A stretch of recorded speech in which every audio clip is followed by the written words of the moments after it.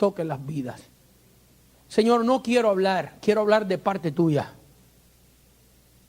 No quiero expresar conceptos y palabras. Quiero que lo que salga de mis labios sea tu palabra. Señor, toca las vidas, los corazones. Ministra a través del poder de tu Espíritu Santo. En el nombre de Cristo Jesús. Amén, amén y amén. Hermanos, hemos dado lectura al Salmo 91, versículo del 1 al 7. Voy simplemente a leer el versículo 1 donde voy a basar mi mensaje. El título del mensaje es El susurro de Dios. El susurro de Dios. ¿Sabe lo que es un susurro? Cuando alguien te habla quedito, bajito al oído. Cuando tu esposa te dice en el oído, I love you. Cuando tus hijas te abrazan o tus hijos y te dicen, papi, te amo. Un susurro. Bajito. Para que más nadie escuche que tú. Pero eso cuando viene de una vida que te ama y tú amas, causa un impacto tan grande que te sacude las entrañas más poderosamente que si oyeras un trueno sonar. ¿Ves? Y el Salmo 91 es el susurro de Dios.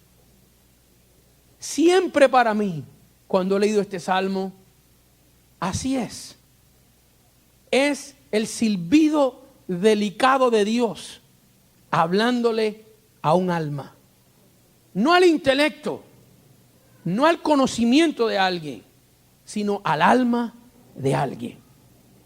En la Biblia hay muchos casos donde Dios dio un silbido delicado a alguien. O Dios le habló a alguien en un susurro o en una forma tierna y delicada. Siempre cuando vemos a Dios hablándole a la gente de esta manera, esa gente que están quebrantada, gente que están pasando posiblemente por la situación más difícil de su vida.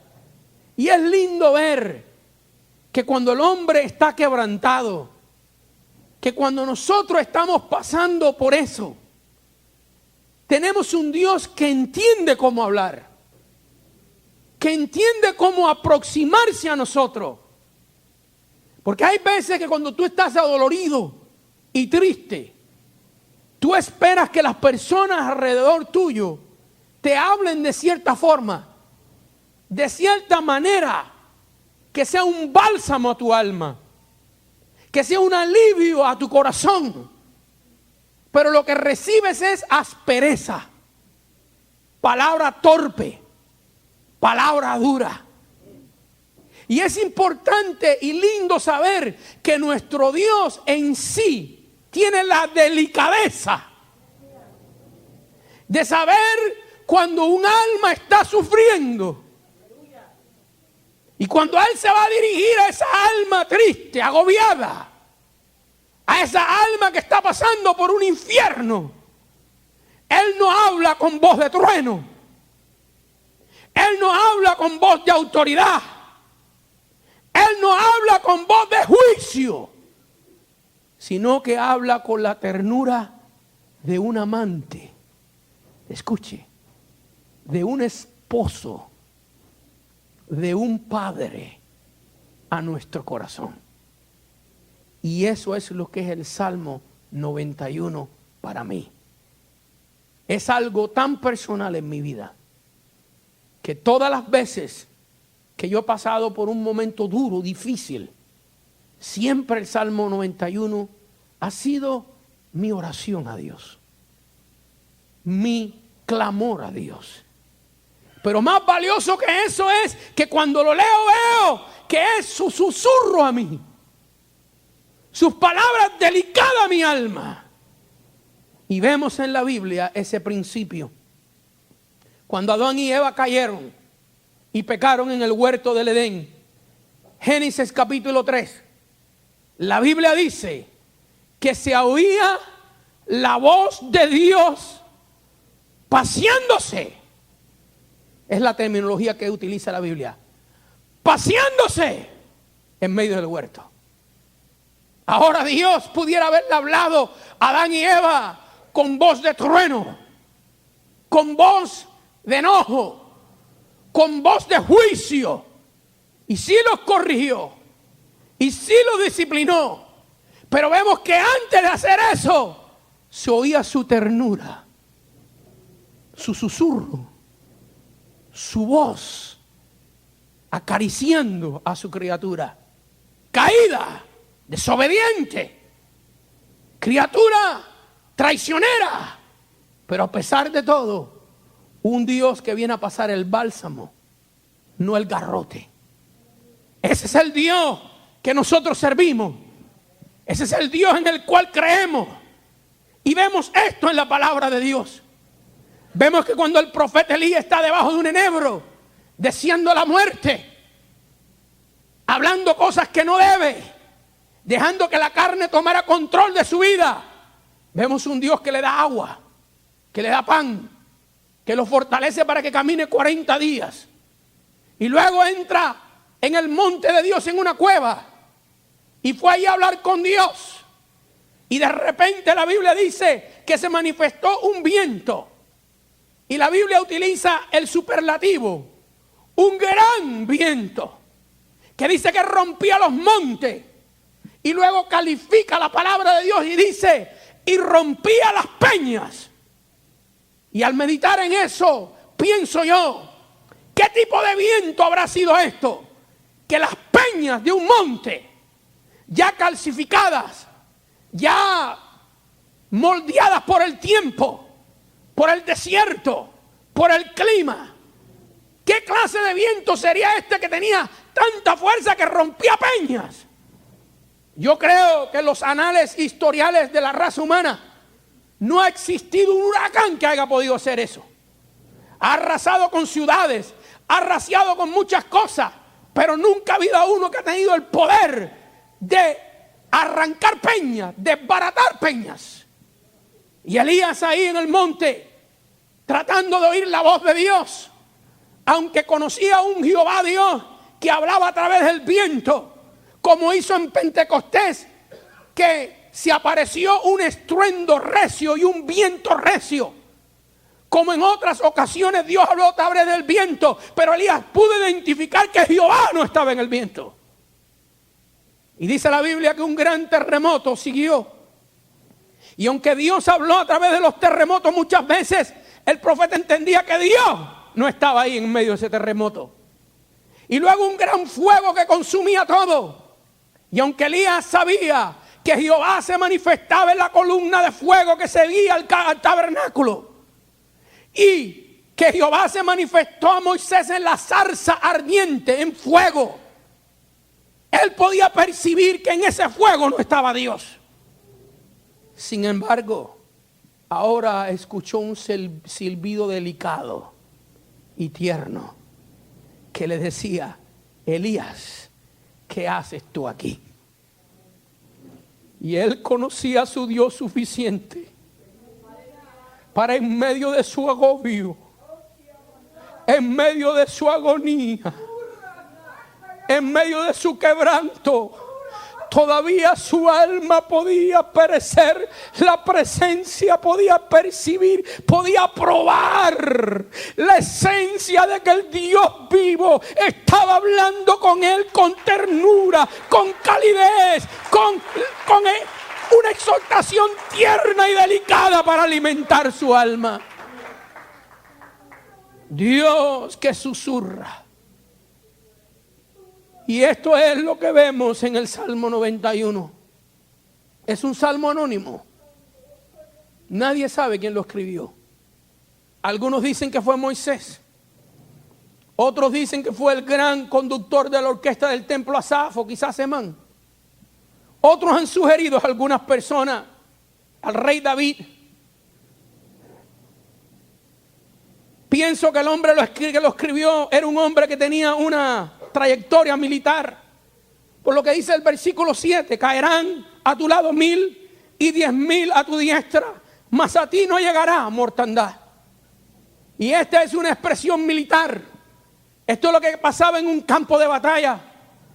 Cuando los soldados se enfrentaban miles a miles unos al otro, y las saetas te pasaban por la cabeza, y la espada te pasaban por un lado, y veía a todas unas personas caer por aquí, 1000 por allá, 10,000 por aquí, y ver que la mano de Dios de alguna manera milagrosa, inexplicable, sin saber por qué, ahí estaba la mano de Dios protegiéndole, cuidándole.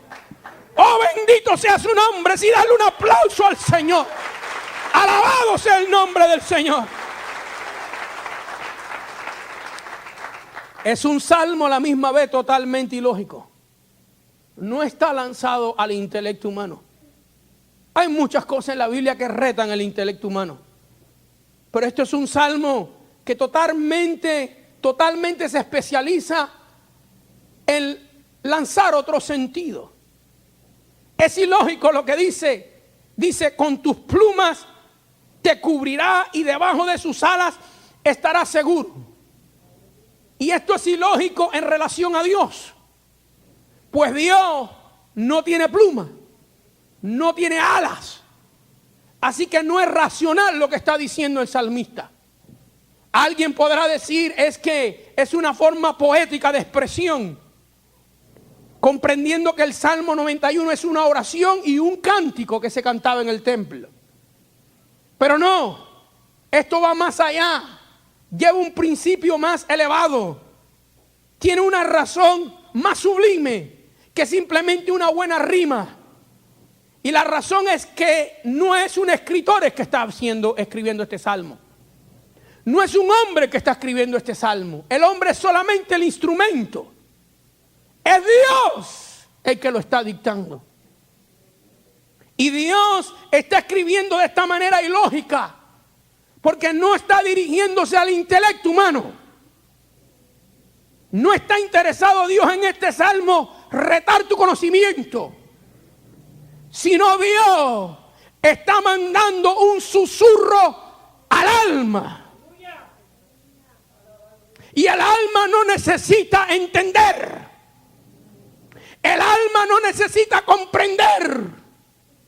El alma lo que necesita es sentir la presencia del Dios vivo.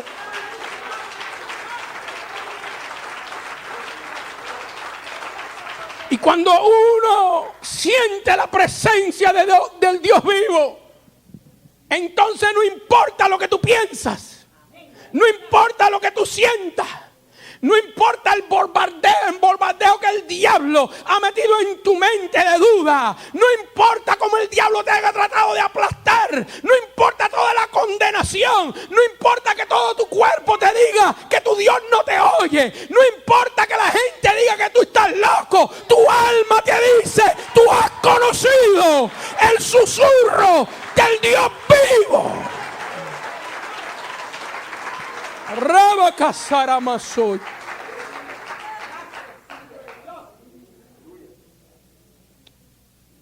La primera frase del Salmo: el que habita al abrigo del Altísimo. Está lanzada de una manera pasiva.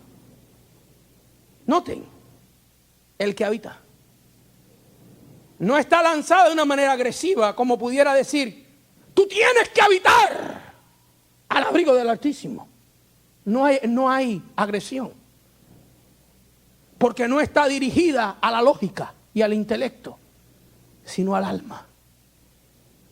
No está lanzada de una manera retante, como diciendo, si habitas al abrigo del Altísimo, te reto para que te pase esto. No, sino el que habita al abrigo del Altísimo. Como que Dios lo deja ahí colgando en el aire. Para el que quiera, para el que sienta.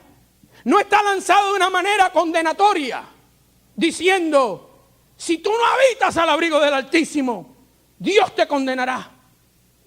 Sino de una manera pasiva. Ahí el Señor lo deja y eso lo hace superior. Porque eso lo pone a la disponibilidad de todo el que escuche, de todo el que oiga, de todo el que quiera venir a beber, de todo el que quiera venir a refugiarse debajo de la sala del Omnipotente, de todo el que quiera hacer de este Dios su castillo, su fortaleza, su escudo, su amparo, su fuerza, su vida. Y eso es lo que Dios quiere con este salmo. Elevarlo más allá de la lógica, más allá del entendimiento, y ponerlo a un nivel donde la persona se derrame, así como un niño en los brazos de su padre, que es susurrado por las noches al dormir. Así como un niño cuando corre un gran peligro y viene corriendo una niña a su papá, a su mamá, y ahora el peligro existente ya deja de tener poder.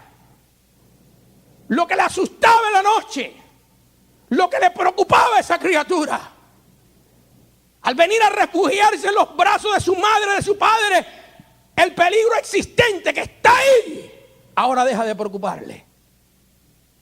Por eso el Salmo dice que con sus plumas nos cubrirá y debajo de sus alas estaremos seguros. ¿Por qué este Salmo está lanzado así? Dirigido hacia el alma y no al intelecto. Porque el hombre pecador, el hombre caído, el hombre que no conoce a Cristo, ha sido persuadido de que no se puede acercar a Dios. El hombre que no conoce a Dios, toda su lógica, todo su conocimiento, todo su ser, todas sus entrañas le dice: tú no te puedes acercar a este Dios. Entonces, nuestra lógica nos impide venir a Dios. Pero ahora Dios apela a algo superior a la lógica. Dios apela a tocar el alma del hombre, el que habita al abrigo del Altísimo. Y vemos esto en la Biblia en muchos casos, donde el susurro de Dios toca una vida, toca un corazón, que era imposible lógicamente que viniera a Dios. Que era imposible que las circunstancias a su alrededor le permitieran venir a Dios. Pero de repente pasa algo inexplicable, pasa algo que no tiene razonamiento.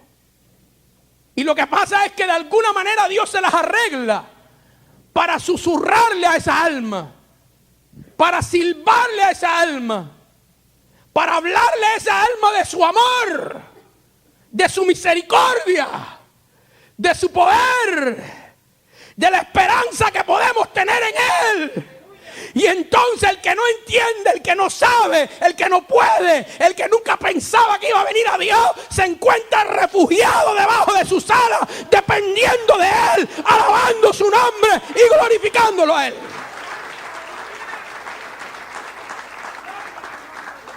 Hay tanta Biblia para esto. Pero hay un caso como que Dios lo eleva a la posibilidad máxima de no poder venir a Él. A lo imposible. Y lo vemos en Lucas 8.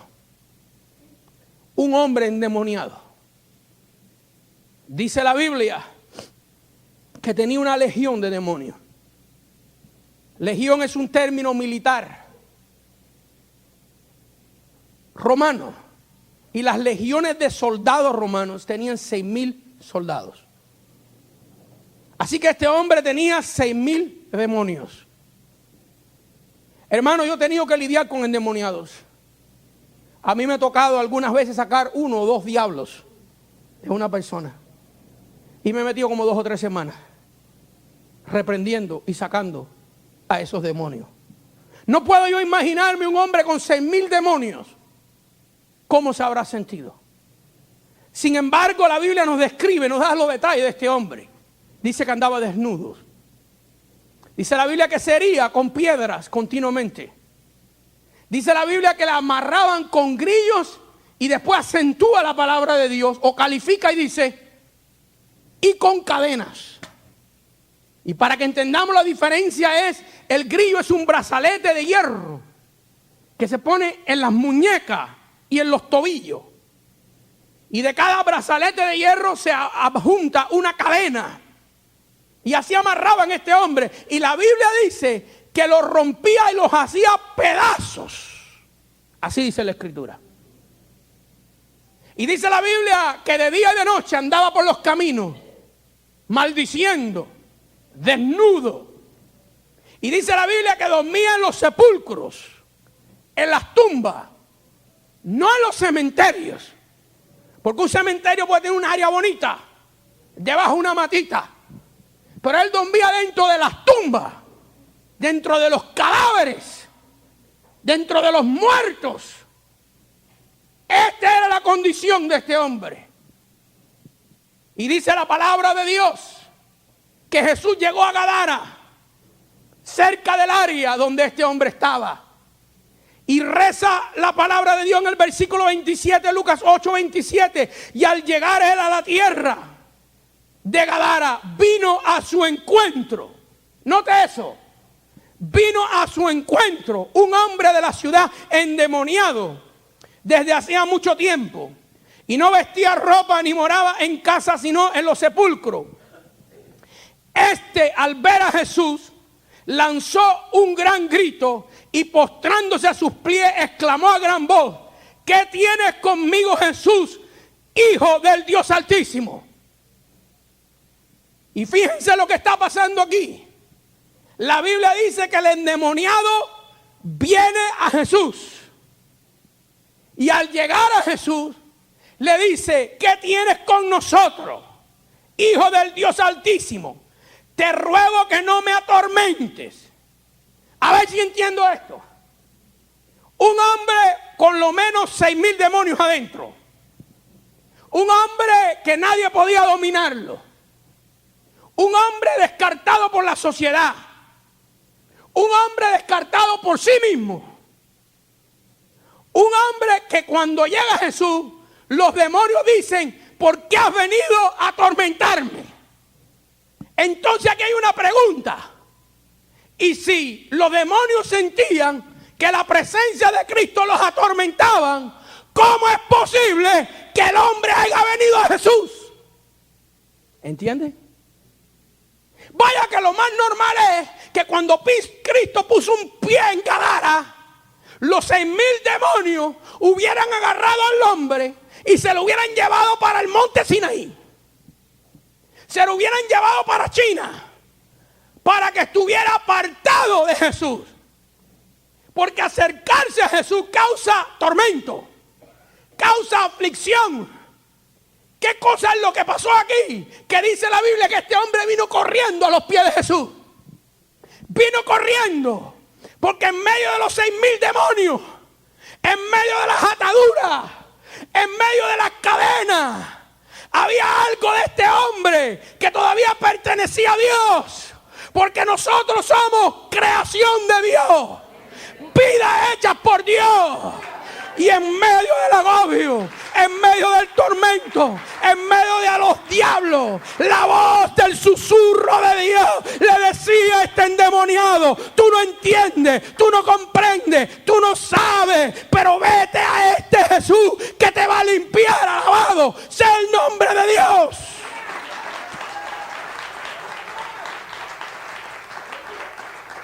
Y ese susurro en el alma de este hombre, que ni la lógica, ni las razones, ni el entendimiento podían hacerlo venir a Cristo. Pero el susurro que dice: el que habita al abrigo de Dios morará bajo la sombra del Omnipotente. Ese susurro le decía a este: si tú te arrimas a este tiene más poder que los demonios que te torturan, porque este es el Hijo de Dios, este es el Omnipotente de Jehová.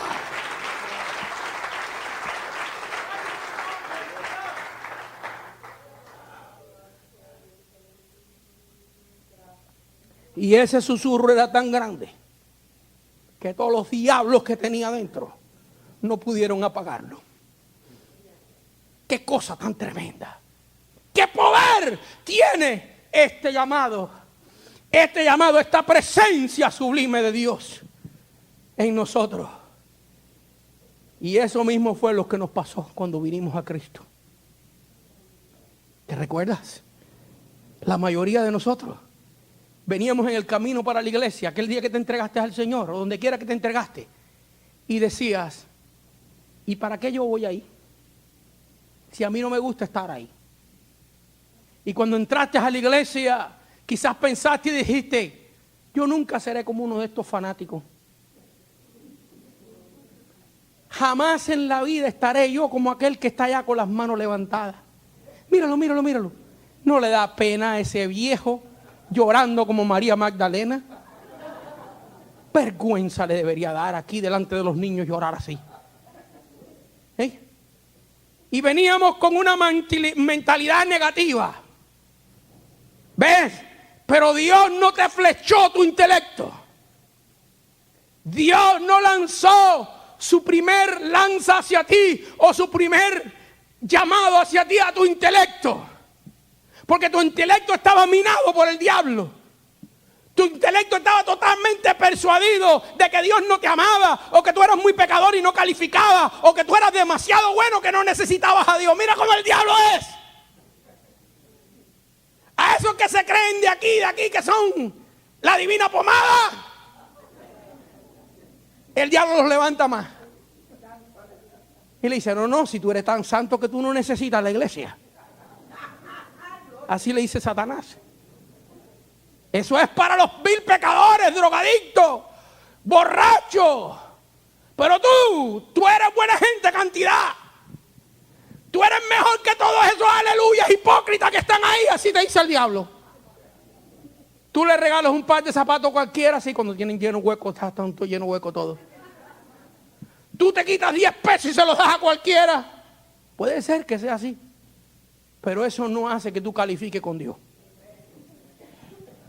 Bebé, y el diablo te dice, tú no necesitas a Dios. Te sube ahí arriba, eres más santo que Moisés cuando bajó del monte y su rostro resplandecía.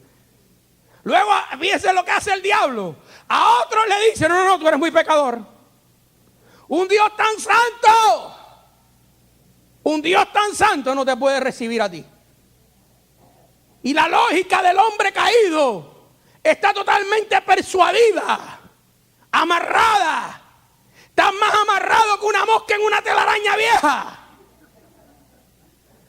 Está más amarrado que un tamal, hermanos míos, antes que lo abran para comérselo. No sé qué proverbio latino te pueda lanzar. Está más amarrado que un loco con una camisa esa de fuerza. Todo tu intelecto, todo tu conocimiento. Pero Dios empieza a apelar al corazón. Y a tocar tu alma. Y a tocar tu vida. Y entonces tú dices, yo sé que soy indigno, yo sé que yo no merezco este Dios, yo no entiendo lo que está pasando, pero hay algo en mí que lo necesita, hay algo en mí que lo ama, hay algo en mí que no puede resistir su llamado. Oh, gloria a su nombre. Y cuando tú pruebas eso, entonces tienes que decir como el salmista, el que habita al abrigo de Dios morará bajo la sombra del Omnipotente. Qué poderoso es esto. Hace como 27 años atrás, yo era asistente de maestro en las clases de diseño en la High School de Southgate. Estaba jovencito y bonito cuando aquello. Tendría yo unos 21 años. Y mientras yo me pasaba y ayudaba a los estudiantes a hacer sus tareas en la clase, había un jovencito de 16, 17 años que Dios me movió a hablarle de Cristo. Y yo me arrimaba en la mesa de diseños y como yo había estudiado en el college todo esto para ser ingeniero, pues ahí entre línea y línea y borrón le hablaba de Jesucristo. Y hace muchos años de esto atrás, pero creo que me recuerdo que le dije un día, ¿quieres que ore por ti? En la misma clase. Y creo que él me dijo, si me recuerdo correctamente, aquí delante de la gente. Yo le dije, esto es entre tú y yo y Dios. Nadie tiene que enterarse. Y le dije, ¿estás listo? Sí. Y le dije, repite conmigo, Señor Jesús. Y él decía bien bajito, un susurro, Señor Jesús. Con los ojos abiertos. Porque todos los estudiantes estaban ahí al lado de nosotros.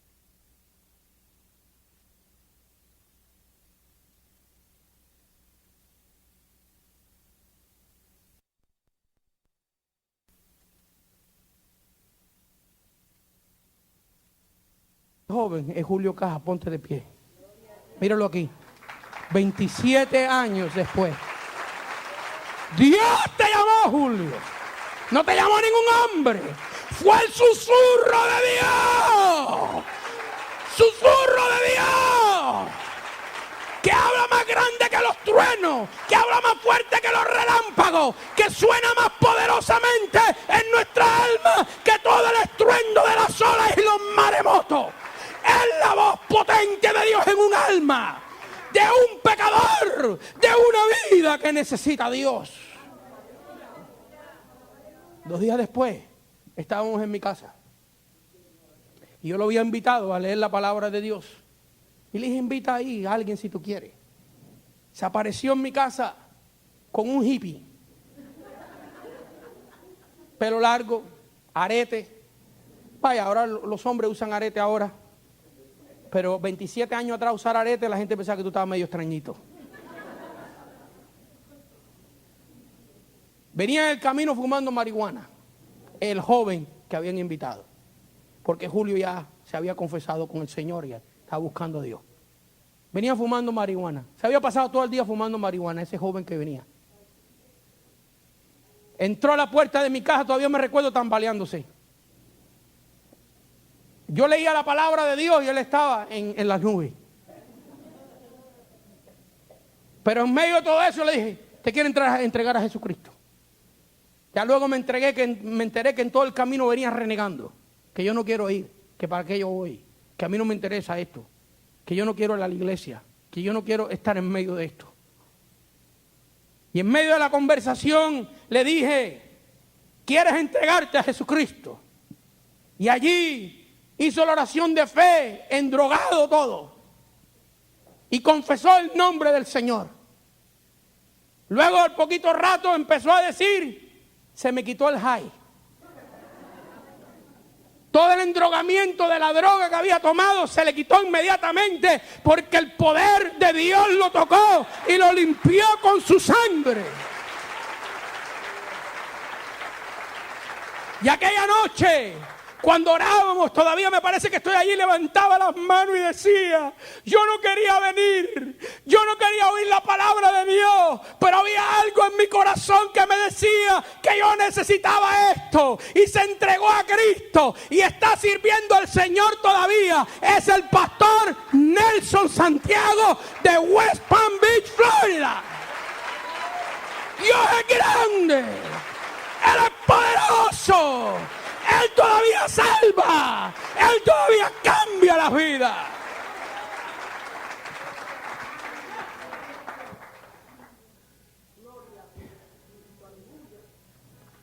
Este salmo también expresa una invitación de alguien que ha experimentado, el que habita al abrigo de Dios. Morará bajo la sombra del Omnipotente. Y ahora lo hace personal en el versículo 2. Yo diré a Jehová, esperanza mía y castillo mío. Mi Dios en quien confiaré. Y ahora se dirige a la segunda persona o a la tercera. Él te librará del lazo del cazador, de la peste destructora. Escudo y adarga es su verdad. No temerás el temor nocturno, ni saeta que huele de día, ni pestilencia que ande en la oscuridad, ni mortandad que en medio del día destruya. Caerán 1000 y 10,000 por doquier. Dice el himno, mas a él no llegará mortandad. Y este es el salmo que Dios está inspirando a través de una medida de un vaso, de un hombre que está escribiendo. Pero Dios está tomando la inspiración que Él le está dando, y mientras que está pasando por el filtro, por la vida de este hombre, está asociándose, pegándose esta inspiración a las experiencias reales que Él ha vivido. En otras palabras, que el salmo no es meramente una acoplación de palabras poéticas para que suenen bonitas. No es solamente una rima elocuente, sino es la vida de alguien, la experiencia de alguien que ha vivido estas cosas y las trata de explicar en el salmo. Porque hay gente hoy en día que canta de cosas que no han vivido. Por ahí hay cantantes famosos que cantan canciones de la familia y ellos ni tienen familia. Y la que tienen la tienen desbaratada. Y no solamente la que tienen la tienen desbaratada, han desbaratado una pila familia. Enamorando a la mujer del prójimo, dañando casas, dañando sus hogares. Sus hijos se han creado por ahí. Y luego venden $1 millón en disco hablando del amor y de la familia y de todo esto que ellos no han vivido genuinamente. Y el canto que canta ni siquiera lo compusieron ellos, lo compuso otro. Pero aquí el Salmo 91 está expresando la vida, la experiencia de un hombre. ¿Y qué nos dice? ¿Qué nos dice este hombre que ha pasado por el valle de sombra y de muerte? ¿Qué nos dice este hombre? Dice aquí en el versículo 3, Él te librará del lazo del cazador. Él te librará del lazo del cazador. Y esta era una manera antigua de cazar, y estoy tratando de llevar el mensaje a una conclusión. Donde una persona agarraba un arbolito y lo doblaba. Y le pegaba a este arbolito, le amarraba el tronco una soga, un lazo. Entonces ponía esta soga, este lazo en el piso. Lo tapaba con hierbas, con hojas. Y ahí estaba este arbolito doblado. Y cuando pasaba un animalito por el campo y pisaba, inmediatamente hacía que el gatillo de esta trampa se soltara. Y ahí quedaba este animalito colgando de sus pies, de su cabecita. En algunos casos el estirón era tan fuerte que descuartizaba su cuerpo. Lo mataba.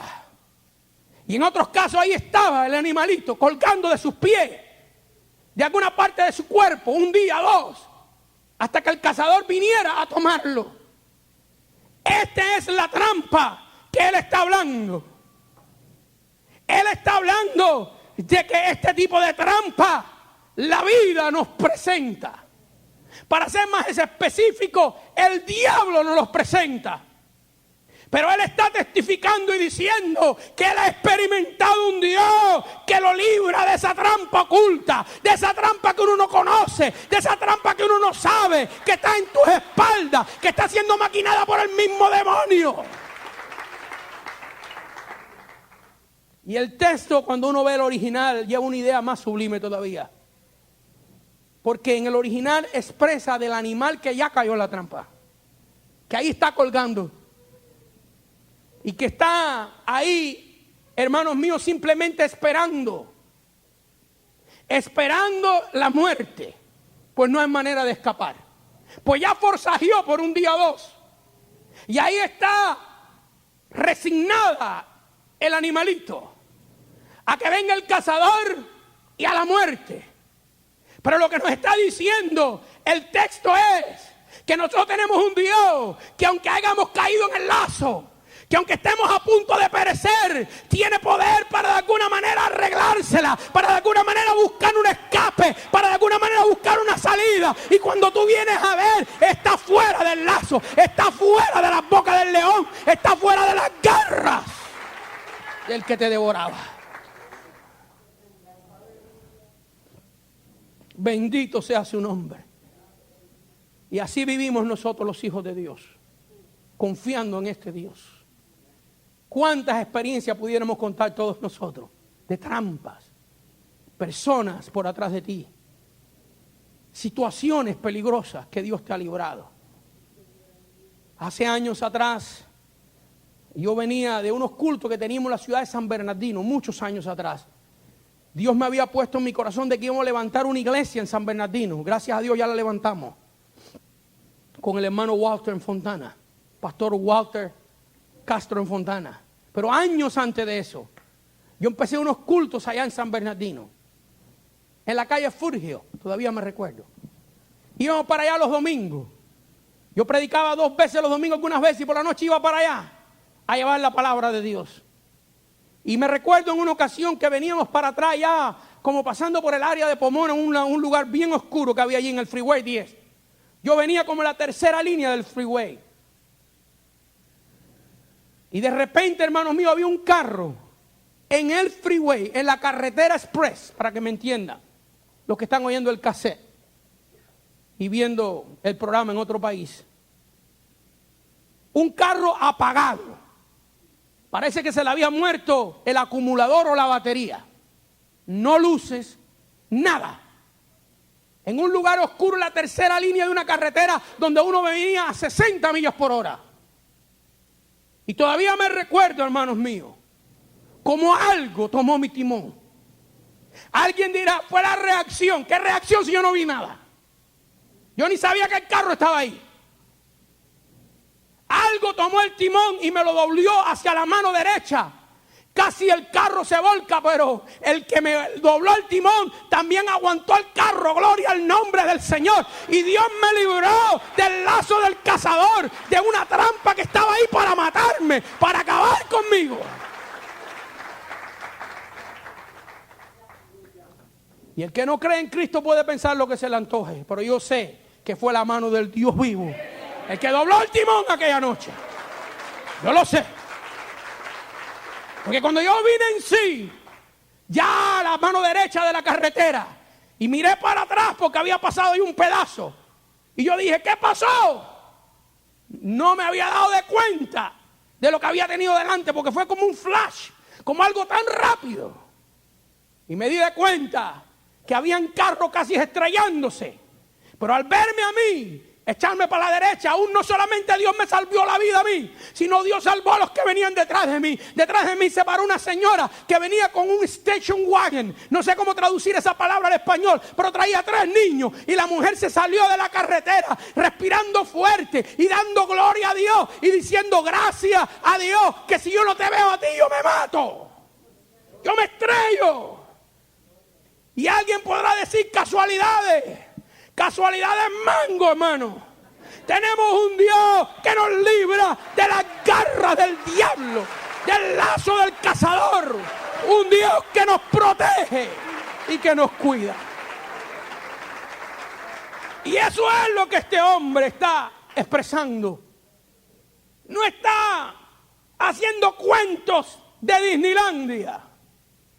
No está expresando la poesía bonita que otro compuso. Dios nos está poniendo estos principios en su palabra para que cuando nosotros vivamos y caminemos en esta vida y te toque pasar el valle de sombra y de muerte, te recuerda que hay un Dios que dice, caerán a tu lado 1000 y 10,000 a tu diestra, mas a ti no llegará mortandad. ¿Quién alaba el nombre del Señor?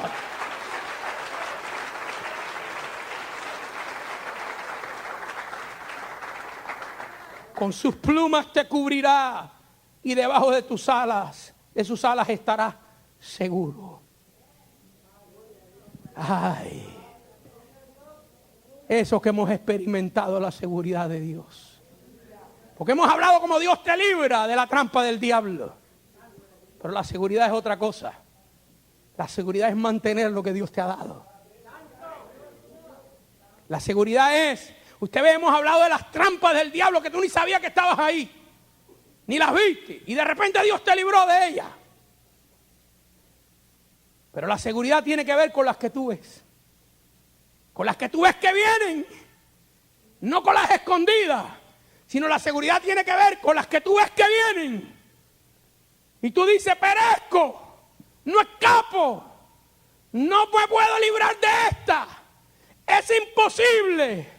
Pero ahí te recuerdas de que el que habita al abrigo del Altísimo morará bajo la sombra del Omnipotente. Ahí te recuerda que el que se refugia o cobija debajo de sus alas estará seguro. Ahí te recuerda que caerán 1000 y 10,000 por doquier, mas a ti no vendrá mortandad. Y entonces, en medio de esa horrible tempestad, tú te refugias y dices: aquí estoy, Señor. Tantas ilustraciones que me vienen a la mente. A ver si le cuento una o dos breves y nos vamos. La historia de un pintor, un rey que quería que le pintaran la paz, y contrató a los pintores de su reino. Y unos pintaron el mal calmado, otros pintaron panoramas campestres, árboles y cosas preciosas. Y entonces vino un anciano ya vivido, ya trabajado por la vida, y se encerró en un cuarto y pintó tempestades y rayos y truenos y un gran árbol sacudido. Pero dentro del follaje de este árbol pintó un nido y un pequeño pajarito que dormía tranquilo, refugiado en las ramas de este árbol. Y cuando el rey vio este cuadro, dijo: esta es la verdadera paz. Y así es la verdadera paz de nosotros. No es cuestión de la ausencia de los problemas. No existe la vida sin ausencia de problemas. Ese es el problema de nosotros los cristianos, que pensamos que al venir a Cristo los problemas van a desaparecer, van a estar ausentes, no van a llegar a ti. Pero eso es un panorama muy infantil de la realidad de la vida, de la realidad del caminar con Dios. Porque hay un Dios muy poderoso, pero hay un diablo que quiere destruirnos, que quiere acabarnos. Y hay gente que se pone en las manos de este diablo, unas veces a propósito, unas veces sin saberlo. Pero estas tempestades están ahí. Pero nosotros hemos aprendido a refugiarnos bajo la sombra de nuestro Dios, en decirle: Señor, el que habita a tu abrigo se estará seguro, estará confiado todos los días de su vida. Puedes ponerte de pie y darle gracias al Señor y decirle: castillo mío, esperanza mía, vida mía, mi roca. Diré a Jehová: esperanza mía y castillo mío, mi Dios en quien confiaré. Él te librará del lazo del cazador, de la peste destructora. Con sus plumas te cubrirá y debajo de sus alas estarás seguro. Escudo y adarga es su verdad. No temerás el temor nocturno, ni saeta que huele de día, ni pestilencia que ande en la oscuridad de la noche, ni mortandad en medio del día te destruya. Caerán a tu lado 1000 y 10,000 a tu diestra, mas a ti no llegará mortandad. El que habita al abrigo de Dios morará bajo sombras de amor. Sobre él no vendrá ningún mal, y en sus alas feliz vivirá. Hoy yo quiero habitar al abrigo de Dios, solo allí encontraré paz y profundo amor. Mi delicia es con Él, comunión disfrutar, y yo siempre su nombre alabar. Antes de irnos a nuestros hogares, yo quiero hacer una oración para si hay alguien aquí hoy que necesita entregarle su vida a Jesucristo. Dios te ha ministrado Dios te ha tocado en este día. Lo que tú sientes en tu alma es el susurro de Dios. ¿Quieres entregarle hoy tu vida a Jesucristo? No a una religión, no a ningún hombre, sino al Hijo de Dios. Cerremos nuestros ojos, inclinemos nuestra cabeza. Si pudiéramos parar la música por un momentito nada más, hasta que yo termine la oración, porque quiero que se oiga con claridad. Y si estás aquí y quieres entregarle tu vida a Cristo, haz esta oración conmigo. Repítala en tu corazón. Nadie te tiene que oír, Dios te está oyendo. Solamente sé sincero. Es una oración para darle tu vida a Jesucristo. ¿Listo? Muy bien, ahí donde tú estás. Dentro de ti, dile así al Señor. Señor Jesús, yo reconozco hoy que soy un pecador y te pido perdón por mis pecados. Dile, Señor Jesús, yo te entrego hoy a ti mi vida y mi corazón. Señor Jesús, límpiame con tu sangre. Díselo. Señor Jesús, límpiame con tu sangre. Señor Jesús, yo te doy mi vida. Yo te confieso a ti como mi Dios, como mi Señor. Dile, Espíritu Santo, entra en mi corazón. Entra en mi corazón y cámbiame y lléname con tu presencia. En el nombre de Cristo Jesús. Amén, amén y amén. Y ahora sí, mientras nos tocan unas alabanzas, yo quiero que usted venga a este altar hoy a conversar con Dios. Yo quisiera pedirle a toda la persona que venga al altar este día, que no venga a pedirle nada a Dios. Cuando usted salga de aquí, usted puede pedirle algo a Dios. Usted tiene toda la vida para pedirle a Dios. Pero este momento yo quiero que usted venga a darle gracias al Señor. A tener un momento de gratitud con Dios. Si usted hoy hizo la oración de fe y se entregó a Cristo, yo quiero que usted venga aquí a darle gracias al Señor por la vida que vas a tener desde ahora por delante. Que vengas aquí a darle gracias porque Él te amó y murió por ti en la cruz del Calvario. Y yo quiero que tú adores el nombre del Señor. Y yo quiero que juntamente conmigo tú abras tus labios y con tus propias palabras, no con las mías, tú le digas gracias, Dios mío, porque tú has sido bueno. Que tú le digas gracias, Señor, porque mi matrimonio se supone que se hubiera acabado hace 3 años, pero aquí estamos en pie. Oh, Dios está hablando con alguien hoy aquí. Que tú le digas, Dios mío, gracias porque se supone que yo hubiera perecido hace tiempo. Hace tiempo se supone que yo ni tenía ganas de servirte, ni de seguirte. Pero tú, Señor, tu susurro en mi alma, en mis entrañas, llamándome, insistiendo, ministrándome. Tu susurro ha sido más poderoso que yo.